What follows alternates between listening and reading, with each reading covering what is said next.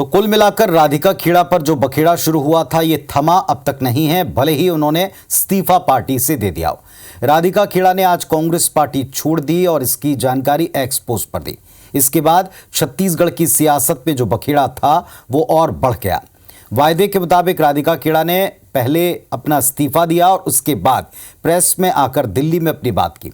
उन्होंने सुशील आनंद शुक्ला से लेकर पूर्व सीएम भूपेश बघेल को जमकर घेरा, संगीन आरोप लगाए।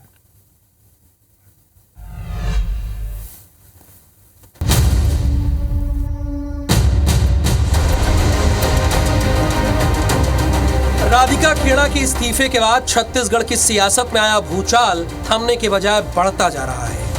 रविवार को कांग्रेस को गुड बाय बोलने के बाद सोमवार को राधिका ने प्रेस कॉन्फ्रेंस की और पत्रकारों से बात करते हुए उन्होंने छत्तीसगढ़ कांग्रेस के संचार प्रमुख सुशील आनंद शुक्ला से लेकर पूर्व मुख्यमंत्री भूपेश बघेल तक पर गंभीर आरोप लगाए। खेड़ा ने कहा कि छत्तीसगढ़ में लगातार उन्हें अपमानित किया गया। सुशील आनंद शुक्ला उन्हें रात में फोन लगाते थे, यहां तक कि राहुल गांधी की भारत जोड़ो न्याय यात्रा के दौरान सुशील आनंद शुक्ला ने उन्हें शराब ऑफर की। सुशील आनंद शुक्ला ने रात में उनका दरवाजा खटखटाया, उनके साथ बदसलूकी की। इस दौरान कई बार वो भावुक भी हो गए और जब उन्होंने इसकी शिकायत भूपेश बघेल से की तो उन्होंने छत्तीसगढ़ छोड़ने के लिए कहा। इस दौरान वो फिर भावुक हो गए।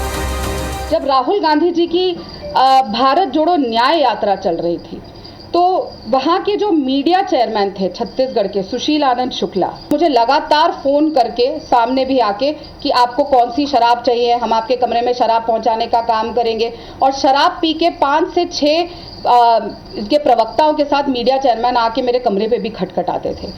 आखिरी उम्मीद करते हुए न्याय की मैं प्रदेश अध्यक्ष के पास गई और उन्होंने मेरा बयान, मैंने जब कहा कि सर ये मेरा बयान है, आप इस पे रिसीविंग करके साइन करके दे दीजिए और ये है जो मुझे कहना है, उन्होंने वो लेने से मना कर दिया और कहा मैं सिर्फ जो आप बोलोगी मैं लिखूंगा और मैं सिर्फ सुनूंगा, इसको लिखित में नहीं लिया जाएगा।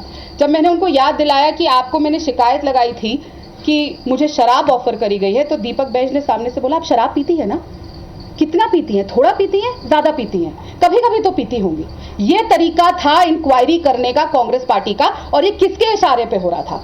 भूपेश बघेल के इशारे पे हो रहा था। और भूपेश बघेल किसके इशारे पे काम करते हैं? प्रियंका गांधी जी के इशारे पे काम करते हैं, सचिन पायलट जी के इशारे पे काम करते हैं। राधिका खेड़ा की ओर से लगाए गए आरोपों का जवाब देने के लिए छत्तीसगढ़ प्रदेश कांग्रेस के अध्यक्ष दीपक बैज खुद सुशील आनंद शुक्ला के साथ प्रेस कॉन्फ्रेंस में आए।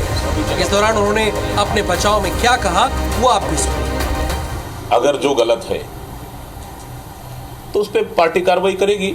पार्टी को हमने रिपोर्ट भेज दिया है, पार्टी निर्णय लेगी उनको पद में रहना है नहीं रहना है, पार्टी क्या कार्रवाई करती है, क्या है, किसके ऊपर कार्रवाई करती है, दोषी कौन है, क्या है, पार्टी निर्णय लेगी इस पर। मेरे पूरे खानदान में आज तक किसी ने शराब नहीं पिया है। बेबुनियाद है, भारतीय जनता पार्टी से प्रेरित है। छोटी बहन है, इतनी ज्यादा मर्यादा नहीं गिराना चाहिए उन्हें। कांग्रेस की इस ओवर स्टेपिंग ने बीजेपी को बैठे बिठाए फ्री हिट दी और फिर क्या था, बीजेपी के नेता इस मुद्दे को ले उड़े और उन्होंने राधिका खेड़ा की अस्मिता का मुद्दा उठाकर कांग्रेस पर जमकर जुबानी तीर छोड़ा। तो मुझे लगता है कि यदि ये घटना हुई तो ये अपने आप में बहुत बड़ी घटना है और इसको तो कांग्रेस पार्टी को, कांग्रेस नेतृत्व तो वैसे ही लगभग समाप्त हो गया है। लेकिन यदि कोई महिला यदि इस तरह का आरोप लगाती है और वो 22-23 साल से यदि कांग्रेस में है और तो पार्टी को कम से कम संज्ञान में लेकर ये सब चीजें पर संज्ञान लेना चाहिए और राष्ट्रीय अध्यक्ष को स्वयं सामने आकर इस बात को कहना चाहिए। यार तो करवाना ही चाहिए उनको।